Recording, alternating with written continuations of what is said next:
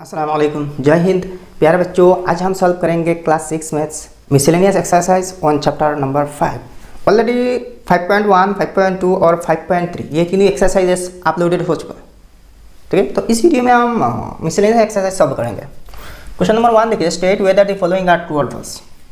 यहाँ कुछ क्वेश्चंस है, ट्रू है कि फॉल्स बताना। 1 नंबर ए नंबर देखिए, a straight angle is half a revolution. Straight angle मतलब क्या है? स्ट्रेट एंगल तो ये होते हैं, यहाँ पर ऐसे ही स्ट्रेट एंगल होते हैं ना। तो हाफ ए रिवोल्यूशन, एक रिवोल्यूशन मतलब क्या है? मान लीजिए यहाँ एक पॉइंट है, इस पॉइंट अगर ऐसा ही घूम के फिर वापस इस जगह में आ जाए तो यहाँ एक रिवोल्यूशन हो गई, एक रिवोल्यूशन हो जाएगी। और यहाँ जो एंगल बनेगी ना, ये 90 डिग्री बनेगी। कैसे? देखिए मान लीजिए एक व्हील है या फिर पहिया है, तो यहाँ से स्टार्ट होकर यहाँ जाके रुकी, यहाँ से यहाँ आके रुकी, तो यहाँ 90 डिग्री एंगल बन रही है। अगर यहाँ से यहाँ मतलब यहाँ से यहाँ तक आ जाए तो देखिए यहाँ से यहाँ हाफ रेगुलेशन है, तो हाफ रेगुलेशन से देखिए इतने तक तो 90 डिग्री है और इतने तक और भी 90 डिग्री है। तो 2 × 90 डिग्री यानी कि 2 90 डिग्री हो रही है, तो मतलब 2 90 डिग्री मिलकर 180 डिग्री 180 डिग्री हो रही है। तो 180 डिग्री मतलब क्या है? स्ट्रेट एंगल है। मतलब क्या है? घूमने वाली चीज़ अगर हाफ रोटेशन आधा चक्कर काट ले, राउंड आधा राउंड मार ले, तो यह एक स्ट्रेट एंगल होगी, यानी कि 180 डिग्री होगी। अगर फुल पूरा चक्कर काट ले तो फुल एंगल हो जाएगी, कंप्लीट एंगल हो जाएगी। ठीक है। और अगर 1/4 आए तो यहाँ 90 डिग्री। अच्छा, 3/4 आए मतलब 3/4 आए, 3/4, तो यहाँ तो आधा है और इतने तक आए तो 3/4 है, तो 1 2 3 बटा है, तो ये तो पूरा 4 बटा है ना, 1 2 3 4। तो यहाँ से घूम के यहाँ तक आया तो 4 बाट में 3 बार आ गए, तो यहाँ 3 × 90 degree is equal to 270 degree होगी। ठीक है, तो ये कंसेप्ट आपने समझ लिया। तो यहाँ क्या होगी? ये straight angle is half a revolution, तो ये ट्रू है। स्ट्रेट एंगल को एक रिवोल्यूशन की आधा होते हैं। बी नंबर देखिए, an acute angle is less than A quarter revolution. An acute angle, acute angle क्या है? 90 डिग्री से कम जो एंगल है वो एक्यूट एंगल है। 90 डिग्री से छोटी होनी चाहिए और 0 डिग्री से बड़ी होनी चाहिए। तो यहाँ ये लेस देन एक क्वार्टर रिवोल्यूशन। एक क्वार्टर मतलब क्या है? 4 बाट से 4 बाट की 1 बाट, 1/4 को एक क्वार्टर कहती है। ठीक है, तो 1/4 मतलब क्या है? यहाँ देखिए 1 बाट 2 बटा, इतने तक 3 बटा और पूरा इतने तक 4 बटा, यानी कि फुल है, पूरा है। तो 1/4 4 बाट के यहाँ तक, इतने तक ना, तो इतने तक देखिए 90 डिग्री है। 4 भाग के 1 भाग मतलब 1 क्वार्टर 90 डिग्री है, तो 1 क्वार्टर से भी कम है मतलब 90 डिग्री से कम है, और 90 डिग्री से कम मतलब एक्यूट है, तो ये भी ट्रू है। अच्छा, अब सी नंबर देखते हैं। ये right angle is a complete revolution. Right angle क्या होता है? कंप्लीट रिवोल्यूशन होता है। तो देखिए राइट एंगल तो यहाँ पर बन रही है ना, मतलब 1/4 रिवोल्यूशन राइट एंगल बन रही है, 1/4 चक्कर है, तो पूरा यहाँ कह रही है कि कंप्लीट रिवोल्यूशन। मतलब कंप्लीट रिवोल्यूशन मतलब क्या है? इस पॉइंट से स्टार्ट होते हुए फिर से वापस इस पॉइंट में आ जाना को कंप्लीट रिवोल्यूशन कहते हैं। तो यहाँ कंप्लीट रिवोल्यूशन से 4 90 डिग्री होते हैं, तो 4 90 डिग्री मिलकर कितने? 360 डिग्री होते हैं, और 360 डिग्री मतलब फुल एंगल है, कंप्लीट एंगल है, तो ये फॉल्स है। नेक्स्ट डी नंबर देखिए, an obtuse angle is more than half a revolution angle, half a revolution. ठीक है, ऑब्ट्यूज एंगल क्या है? मोर देन हाफ रिवोल्यूशन होते हैं। मतलब हाफ रिवोल्यूशन जो होते हैं ना, आधा रिवोल्यूशन इतने तक, यहाँ से इतने तक आधा रिवोल्यूशन, तो इससे भी ज्यादा मोर देन है, तो इससे भी ज्यादा होने से क्या होगी? ऑब्ट्यूज एंगल होगी। लेकिन हमें पता है कि ऑब्ट्यूज एंगल होने के लिए 90 डिग्री से थोड़ा सा ज्यादा होने से हो जाएगी, 90 डिग्री से ज्यादा और 180 डिग्री से कम, 180 डिग्री से कम होना चाहिए। और यहाँ कह रही है कि 180 डिग्री, हाफ रिवोल्यूशन मतलब तो 180 डिग्री, और हाफ रिवोल्यूशन से भी ज्यादा, मोर देन हाफ रिवोल्यूशन। तो इसके मतलब क्या है? मोर देन हाफ रिवोल्यूशन से क्या होगी? 180 डिग्री पार कर जाएगी, और 180 डिग्री जब पार कर जाएगी तो ये रिफ्लेक्स एंगल होगी, ऑब्ट्यूज नहीं है। तो ऑब्ट्यूज की सीमा क्या क्या है? बिटवीन 90 डिग्री एंड 180 डिग्री, ये है सीमा, तो ये भी फॉल्स है।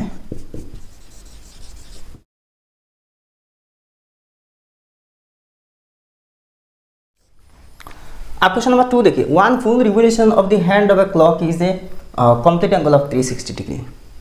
ठीक है, तो ये जो स्टेटमेंट है इसको पहले समझ लीजिए।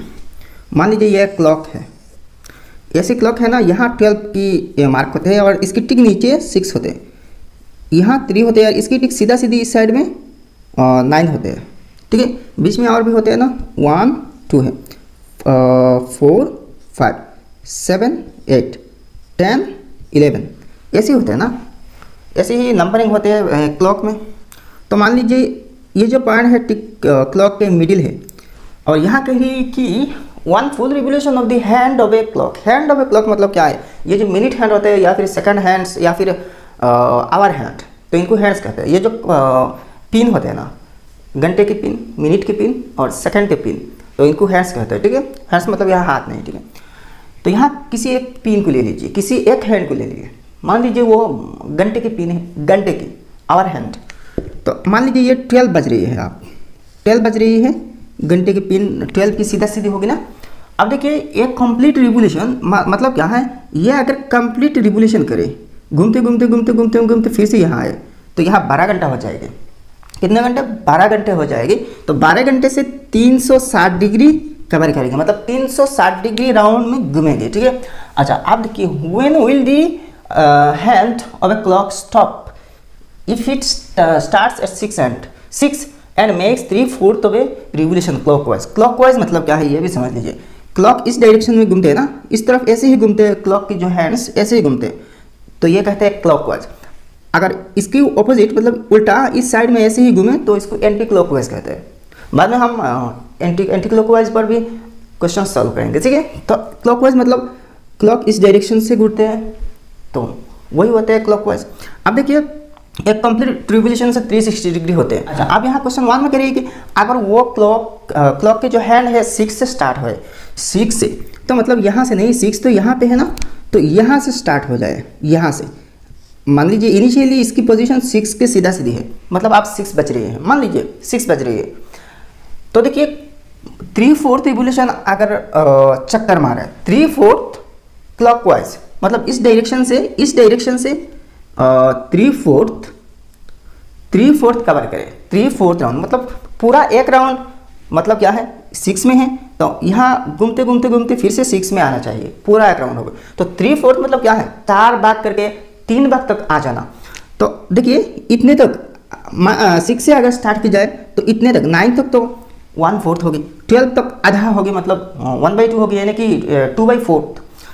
अच्छा 3 तक कितने हैं, 3 तक देखिए कितने हैं, 3/4 है।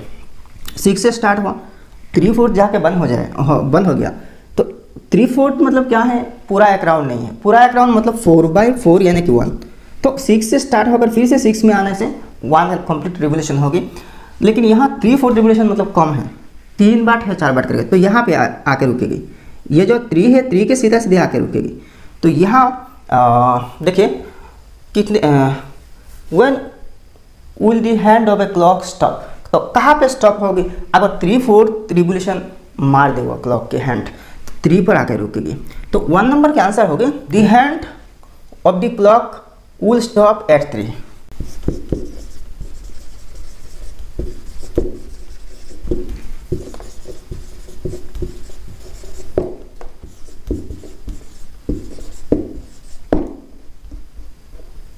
तो भाई ये पक्का आंसर हो गया। अब 2 नंबर के आंसर हम देखेंगे। 2 नंबर क्वेश्चन क्या है, वेयर विल इट स्टॉप, अब कहाँ पे रुकेगी, तो where will it stop if it starts at 9। तो आप 9 से अगर शुरू करें, अगर ये क्लॉक 9 से शुरू कर रही है, ये क्लॉक की हैंड मतलब इनिशियल पोजीशन यहाँ पे है, तो and does 1/4 of a revolution, और 4 भाग के 1 भाग चक्कर मारे, तो देखिए एक चीज़ 12 से 6 तक आधा है। अच्छा 12 से 3 तक 4 भाग के 1 भाग है, 12 से 6 तक 4 भाग की 2 भाग है। अच्छा 12 से घूम के 9 तक 4 भाग की 3 भाग है, और 12 से फिर से 12 तक आने से 4 भाग की 4 भाग हो जाएगा, मतलब पूरा हो जाएगा। अब अगर 9 से शुरू करें तो फिर से वापस 9 में आना, क्लॉकवाइज 9 में आना, मतलब पूरा रिवोल्यूशन हो गया। अच्छा 12 में आए तो यहाँ 1/4 हो गई, और 3 में आए तो 2/4 हाफ, 6 में आए तो 3 बार करके 4 बार करके 3 बार, ठीक है। तो यहाँ देखिए कहाँ पे रुकेगी, अगर 1/4 रिवोल्यूशन चक्कर करे तो ऑब्वियसली 12 पर। तो इसके आंसर होगी इट विल स्टॉप एट 12। तो आंसर तो आ गया भाई दोनों के दोनों।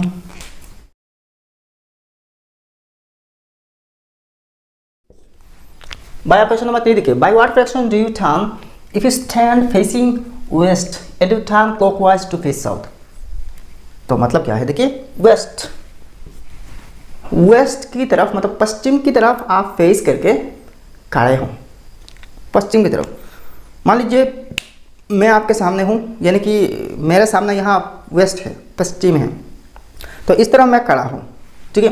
इसके बाद क्या करिए कि if you turn clockwise, sorry, by what fraction do you turn if you stand facing west, तो and you turn clockwise to face south. Clockwise मतलब क्या है, दाई तरफ घूमना। क्लॉक तो दाई तरफ घूमते हैं ना, और फैन किस तरफ घूमते हैं, किस डायरेक्शन, बाई डायरेक्शन घूमते हैं, बाई तरफ घूमते हैं। क्लॉक ऐसे ही घूमते हैं और फैन ऐसे घूमते हैं। तो क्लॉक क्लॉकवाइज, तो फैन एंटी क्लॉकवाइज घूमते हैं। मैं आपके सामने इस तरफ वेस्ट की तरफ खड़ा हूँ, तो क्लॉकवाइज मतलब इस डायरेक्शन में इस तरफ घूम के मुझे दक्षिण की तरफ खड़ा होना है। तो मैं यहाँ से देखिए एक टर्न लिया, तो यह 90 डिग्री हुआ, मतलब यहाँ से यहाँ हुआ, यहाँ था, यहाँ हुआ तो 90 डिग्री हुआ, फिर से यहाँ हुआ तो पूरा स्ट्रेट मतलब 180 डिग्री, फिर से आप यहाँ हुआ, मतलब इस तरफ मेरे लिए क्या है, दक्षिण है, साउथ है। तो मैं कितनी रिवोल्यूशन मार दिया, देखिए अभी तक यहाँ तो नहीं हुआ, इस तरफ नहीं हुआ, मैं इस तरफ हूँ, मैं अभी तक इस तरफ तो नहीं हूँ, इस तरफ हूँ। तो देखिए यहाँ इस तरफ फिर से आ जाऊँ ना, तो कंप्लीट एक रिवोल्यूशन होगी। तो यहाँ कितने हुआ, मतलब कितने डायरेक्शन चेंज किया, एक डायरेक्शन इधर, एक डायरेक्शन तो इधर, तो 2 डायरेक्शन हुआ, और एक डायरेक्शन इधर तो 3 डायरेक्शन, मतलब 4 डायरेक्शन में से 3 डायरेक्शन में बदल दिया। तो 3 डायरेक्शन से 3/4 रिवोल्यूशन हो रही है ना। तो बाय व्हाट फ्रैक्शन, तो यहाँ फ्रैक्शन है तो मतलब न्यूमेरिकली ऐसे ही रिप्रेजेंट करना। तो इसके आंसर ऐसे ही लिखना, I turn 3/4 of a complete revolution, ठीक है। नेक्स्ट क्वेश्चन कहाँ देखिए, by what fraction do you turn if you stand facing east and you turn anti clockwise to face north. तो अब मैं ईस्ट की तरफ यानी कि पूरब की तरफ खड़ा हूँ, पूरब की तरफ। और देखिए क्लॉकवाइज तो इस डायरेक्शन में होता है, इस तरफ होता है, मतलब दाई तरफ होता है क्लॉकवाइज, और एंटी क्लॉकवाइज यहाँ देखिए वाट एंटी क्लॉकवाइज है, तो मतलब उल्टा घूमना, क्लॉक के हिसाब से उल्टा घूमना, इस तरफ में घूमना, इस तरफ में घूम के कहाँ पे आना, नॉर्थ की तरफ, मतलब उत्तर की तरफ आना। तो यहाँ घूम के उत्तर, मेरे लिए ये उत्तर है, तो मैंने एक डायरेक्शन चेंज किया ना, सिर्फ एक डायरेक्शन। तो एक डायरेक्शन के लिए क्या हो, 4 डायरेक्शन में एक डायरेक्शन, तो 1/4 हो गई, 1/4 हो गई। तो इसके आंसर में लिखना, I turn 1/4 of a complete revolution, बस हो जाएगी, 3 और 4 कंप्लीट हो गया।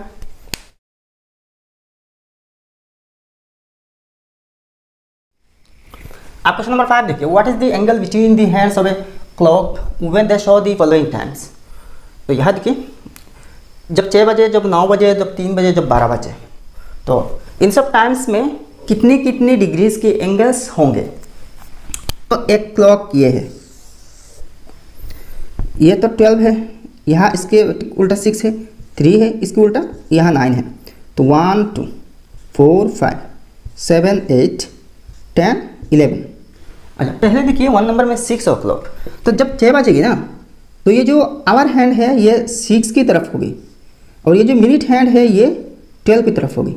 तो यहाँ देखिए 2 लाइन्स, 2 रेज एक ही पॉइंट पर सीधा सीधा आके मिल रही है, तो यहाँ 180 डिग्री होगी। तो जब 6 बजेगी ना, यहाँ एंगल की मैग्नीट्यूड 180 डिग्री होगी। तो यहाँ आंसर ऐसे ही लिखना, angle between the hands when it is 6 o'clock is 180 degree, 180 degree हो रही है। 2 नंबर में देखिए 9 o'clock, तो जब 9 बजेगी, तो जब 9 बजेगी ना, तो ये जो आवर हैंड है ये 9 पर होना चाहिए, आवर हैंड ये है, ये मिनट हैंड है। अच्छा जब 9 बजेगी तो ये जो मिनट हैंड है 12 के सीधा सीधे होगी, और घंटे की जो पिन है, जो हैंड है वो 9 के सीधा सीधे। तो यहाँ देखिए एक राइट एंगल यानी कि 90 डिग्री हो रही है। तो 2 नंबर के आंसर ऐसे ही लिखना, angle between the hands when it is 9 o'clock is 90 degree. अच्छा आप 3 नंबर देखिए 3 o'clock, तो आप देखिए 3 बज रही है, तो घंटे की जो पिन है ये 3 की तरफ, 3 की सीधा सीधी होगी ना। तो मिनट की जो हैंड है, जो पिन है, ये तो 12 की तरफ होनी चाहिए, एग्जैक्ट 12 की तरफ, 12 की सीधा सीधी होनी चाहिए ताकि 3 बज जाए। तो यहाँ भी 90 डिग्री हो रही है, तो 3 नंबर के आंसर भी सेम 90 डिग्री है। तो आंसर ऐसे ही लिखना, angle between the hands when it is 3 o'clock is 90 degree. इसी है। अब 4 नंबर देखिए 12 o'clock, तो 12 o'clock जब हो रही है ना, तो ये जो मिनट के हैंड है ये तो 12 की तरफ होनी चाहिए, और घंटे की जो हैंड है, पिन है, ये भी 12 की तरफ होनी चाहिए, दोनों ही 12 की तरफ होनी चाहिए। तो आप ख्याल करके देखिएगा कि जब टिक 12 बज रही है ना, तो घंटे की पिन और ये जो मिनट के पिन यानी कि हैंड्स दोनों ही एक दूसरे पर आ जाएंगे, एक दूसरे पर फिट हो जाएंगे, मतलब सीधा 12 की तरफ हो जाएंगे। तो यहाँ इस केस में कोई भी एंगल नहीं होगी, यानी कि एंगल 0 होगी, 0 डिग्री एंगल होगी। तो इस केस में आंसर 0 डिग्री है। तो angle between the hands when it is 12 o'clock is 0 degree. कितनी ईजी है भाई।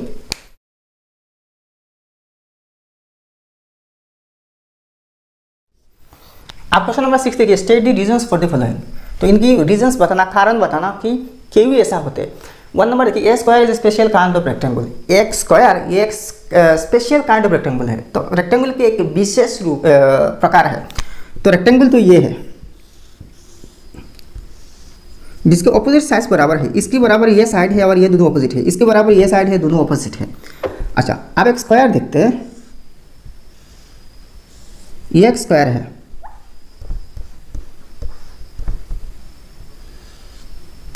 ये एक स्क्वायर है जिसकी चारों साइड्स बराबर है।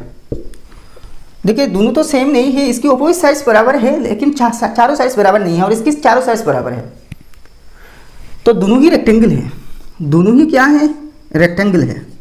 रेक्टेंगल तो दोनों ही है, तो ये अलग स्क्वायर कैसे बन गई। रेक्टेंगल की प्रॉपर्टी तो दोनों में मौजूद है, और रेक्टेंगल होने की जो प्रॉपर्टी है यानी कि शर्त है वो ये है कि एंगल्स 90 डिग्री होने चाहिए। इसकी चारों एंगल्स 90 डिग्री है और इसकी चारों एंगल्स भी 90 डिग्री करके है। एंगल्स अगर 90 डिग्री हो जाए किसी भी क्वाड्रेटर के, चारों एंगल्स 90 डिग्री करके, चारों एंगल्स 90 डिग्री करके हो जाए तो ये रेक्टेंगल हो गई। लेकिन ये स्क्वायर कैसे, तो इसलिए कि भाई एंगल्स तो 90 डिग्री करके है, ठीक है, और इसकी चारों साइड्स बराबर है, इसलिए ये स्क्वायर है। अगर चारों साइड्स बराबर ना होकर सिर्फ ऑपोजिट साइड्स बराबर होते तो ये सिंपल सी रेक्टेंगल रह जाती,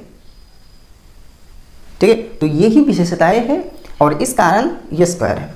तो इसके आंसर ऐसे ही लिखना, each of the angles is 90 degree but all the sides of a square are equal.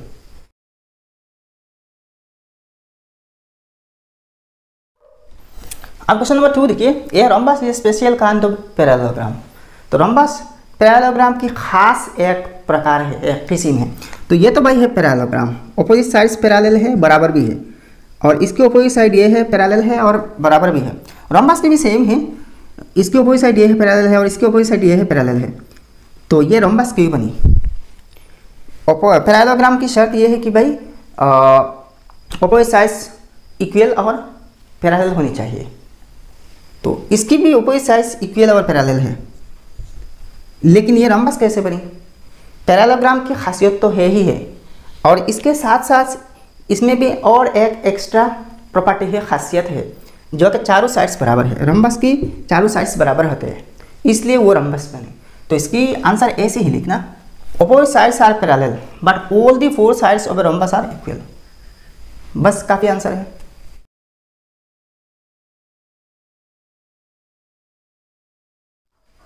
अब क्वेश्चन नंबर 3 देखिए, a rhombus and a kite have one common property. Rhombus और काइट में एक कॉमन प्रॉपर्टी होते हैं, सेम प्रॉपर्टी होते हैं। तो ये है रोम्बस भाई और ये है काइट। तो कौन सी प्रॉपर्टी यहाँ कॉमन है। काइट की देखिए, दो एडजेसेंट साइड्स की पेयर्स यानी कि जोड़ी इक्वल है, ये साइड और ये साइड इक्वल है, और ये साइड और ये साइड ऑपोजिट है, इक्वल है, लेकिन दोनों एक दूसरे के ऑपोजिट नहीं है। इन दोनों भी एक दूसरे के ऑपोजिट नहीं है। अच्छा, अब देखिए यहाँ तो इसकी ऑपोजिट साइड ये है लेकिन इक्वल नहीं है, और इसकी पैरेलल भी ये नहीं है, ऑपोजिट साइड्स पैरेलल भी नहीं है, इक्वल भी नहीं है। लेकिन रोम्बस की ऑपोजिट साइड्स पैरेलल भी है, इक्वल भी है, और तो और सारे के सारे साइड्स बराबर है रोम्बस के केस में। इसके देखिए दो एडजेसेंट साइड्स बराबर है। अच्छा, ये दोनों एडजेसेंट है और ये दोनों एक दूसरे के एडजेसेंट साइड्स हैं। अच्छा, तो कौन सी प्रॉपर्टी यहाँ कॉमन है। तो यहाँ देखिए, अगर इसकी दोनों डायगोनल्स ड्रॉ की जाए तो ऐसा हो रही है ना, तो यहाँ 90 डिग्री एंगल हो रही है डायगोनल। इसकी देखिए डायगोनल्स ड्रॉ की जाए अगर, तो ऐसा हो रही है, और यहाँ भी एक 90 डिग्री एंगल बन रही है। तो ये 90 डिग्री है, तो चारों एंगल्स यहाँ 90 डिग्री है, इसकी भी चारों एंगल्स 90 डिग्री होगी। तो ये होते हैं कॉमन प्रॉपर्टी। तो आप आंसर ऐसे ही लिखना, the diagonals of a rhombus and a kite intersect at right angle. तो राइट एंगल मतलब 90 डिग्री एंगल, ठीक है। यहाँ राइट एंगल के बदले में जस्ट 90 डिग्री भी ऐसे ही लिख सकते हैं, ऐसे 90 डिग्री भी लिख सकते हैं, तभी हो जाएगी।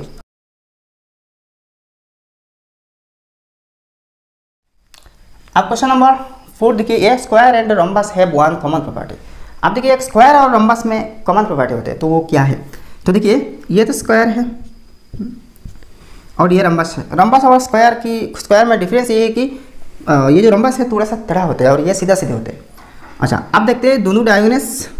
देखिए स्क्वायर के केस में भी दोनों डायगोनल्स 90 डिग्री होगी, दोनों डायगोनल्स 90 डिग्री में इंटरसेक्ट करेंगे, और रोम्बस के केस में भी। दूसरे देखिए स्क्वायर के केस में चारों साइड्स बराबर है और रोम्बस के केस में भी चारों साइड्स बराबर है। तो यहाँ दो कॉमन प्रॉपर्टीज मिल रही है आपको।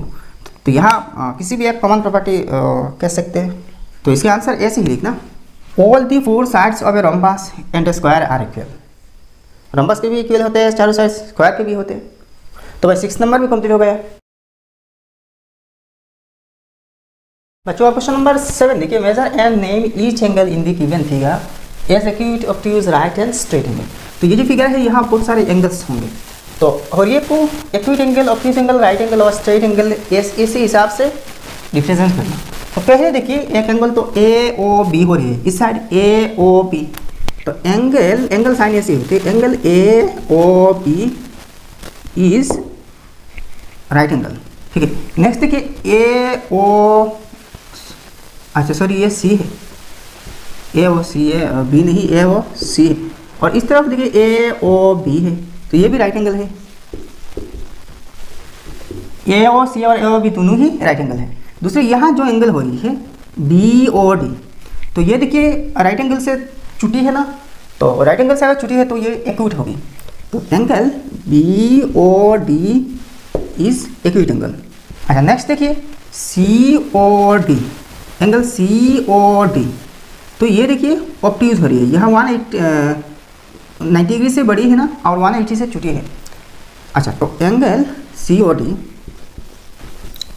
Is obtuse angle. अच्छा नेक्स्ट देखिए सी ओ बी, सी ओ बी, यहाँ से एक रे और यहाँ से एक रे आकर इस पॉइंट में, ओ पॉइंट पर मिल रही है, तो यहाँ एक स्ट्रेट लाइन बन रही है, यानी कि एक स्ट्रेट एंगल बन रही है। तो एंगल सी ओ बी या फिर B O C, B O C is straight angle. अच्छा आप कोई एंगल बाकी है कि नहीं? बाकी है ए ओ डी, ए ओ डी, ये पूरे एंगल। तो angle A O D is, ये भी एक ऑब्ट्यूज एंगल है। तो पक्का हो गया भाई।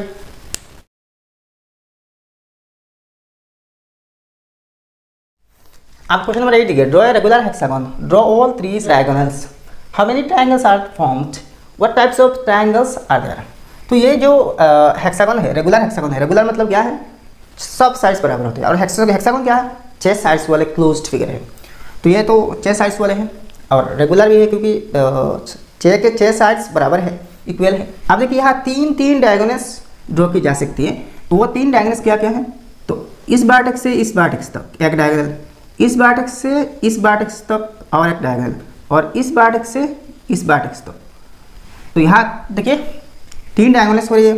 नेक्स्ट क्वेश्चन में कह रही है कि how many triangles are formed, यहाँ कितने ट्रायंगल्स बन रही है। तो यहाँ देखिए कितने हो रही है, 1 2 3 4 5 6 ट्रायंगल्स बन रहे हैं। तो यहाँ देखिए 6 ट्रायंगल्स आर फॉर्म्ड।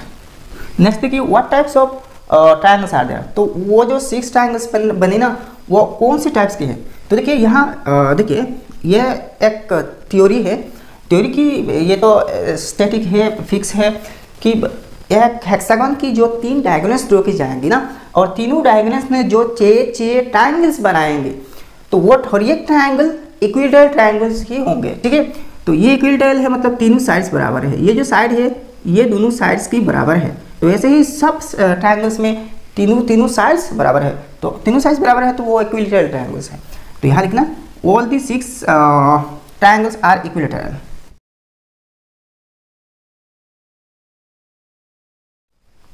अब क्वेश्चन नंबर 9 देखिए, name each of the following triangles by sides and by angles. तो साइड के हिसाब से और एंगल्स के हिसाब से भी यहाँ 6 ट्रायंगल्स दी गई है, इनके नाम बताना। पहले देखिए यहाँ तीनों साइड्स बराबर है, तो तीनों साइड्स जब बराबर है तो तीनों एंगल्स भी बराबर होंगे। अच्छा तो तीनों साइड्स बराबर है तो इसको इक्विलेटरल कहते हैं। और इसके साथ साथ ये क्या है, तीनों एंगल्स अगर बराबर है तो हर एक एंगल 60 डिग्री करके हो गया, और 60 डिग्री तो एक्यूट होता है, तो ये एक्यूट ट्रायंगल भी है। तो जस्ट एक्यूट और इक्विलेटरल ऐसे ही लिखने से हो जाएगा। 2 नंबर देखिए, ये दोनों साइज बराबर है, तो दोनों साइज बराबर है तो आइसोहेलिस होगी। अच्छा आप देखिए आइसोहेलिस तो है, लेकिन यहाँ तीनों एंगल्स देखने में इक्विट लग रही है, तो ये इक्विट है, तो आइसोसेलिस और इक्विट। 3 नंबर देखिए, ये एक ऑब्ट्यूज ट्रायंगल है, ये तो 90 डिग्री से बड़ा हो गया तो ऑब्ट्यूज है। और देखिए यहाँ तीनों साइड्स के लेंथ अलग अलग है, तो अलग अलग साइज की लेंथ है तो स्केलिंग होगी। अच्छा नेक्स्ट 4 नंबर देखिए, ये एक राइट एंगल है, यह तो राइट एंगल 90 डिग्री बन रही है और ये साइड बराबर है, तो पहला राइट एंगल और दो साइड्स बराबर है तो आइसोहेलिस, तो राइट एंगल और आइसोहेलिस ट्रायंगल, ठीक है, राइट आइसोहेलिस। नेक्स्ट 5 नंबर देखिए, ये तो ऑब्ट्यूज है और ये दोनों बराबर है, ये साइड और ये साइड बराबर है, और ये देखिए ये जो एंगल है ये 90 डिग्री से बड़ा है लेकिन वहाँ 80 डिग्री से छोटा है तो वो ऑब्ट्यूज एंगल है, तो ऑब्ट्यूज और इसके साथ दो साइड्स तो बराबर है तो आइसोहेलिस होंगे। अब नेक्स्ट 6 नंबर देखिए, यह तीनों साइड्स अलग अलग लेंथ की है और होरियक एंगल भी 90 डिग्री से कम है तो मतलब एक्यूट है, एक्यूट और अलग अलग साइड्स के है तो स्केलिंग। तो 9 नंबर की आंसर कंप्लीट हो गया। अब क्वेश्चन नंबर 10 देखिए, answer each of the following. तो 3 क्वेश्चंस है, तीनों के आंसर करना। 1 नंबर देखिए, is a 9 sided closed figure A polygon. तो देखिए किसी भी क्लोज्ड फिगर वो तो पॉलीगॉन होगी ना, तो लेकिन क्लोज फिगर ऐसी होना चाहिए जो साइड्स होते हैं फिगर की और एक साइड सीधा सीधा होना चाहिए, अगर बेंड है तो ये पॉलीगॉन नहीं हो सकते, वो कार्व्ड हो जाएगी ना।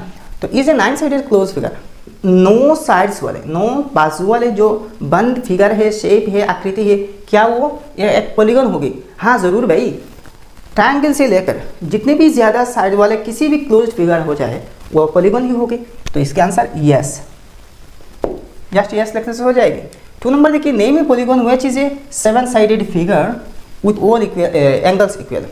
तो किसी भी 7 साइड वाले जो फिगर है और 7 साइड्स की अगेंस्ट जो 7 एंगल्स होंगे ना, सारे के सारे एंगल्स भी इक्वल है, बराबर है, तो मतलब क्या है, अगर सारे के सारे एंगल्स बराबर है तो सब एंगल्स की अपोजिट साइड्स भी बराबर होंगे और सारे साइड्स बराबर है तो वो रेगुलर होगी।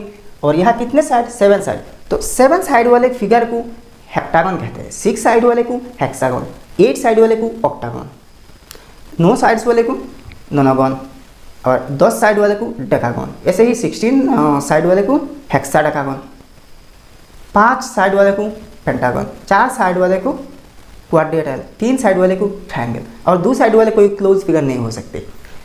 तो ये देखिए, ये तो सारे के सारे एंगल्स बराबर मतलब सारे के सारे साइड्स बराबर और सारे के सारे साइड्स बराबर मतलब रेगुलर, और 7 साइडेड तो हेप्टागन, तो रेगुलर हेप्टागन होगी, तो रेगुलर हेप्टागन। अब 3 नंबर देखिए, name A polygon which is a 6 sided figure with 5 sides equal and 1 unequal.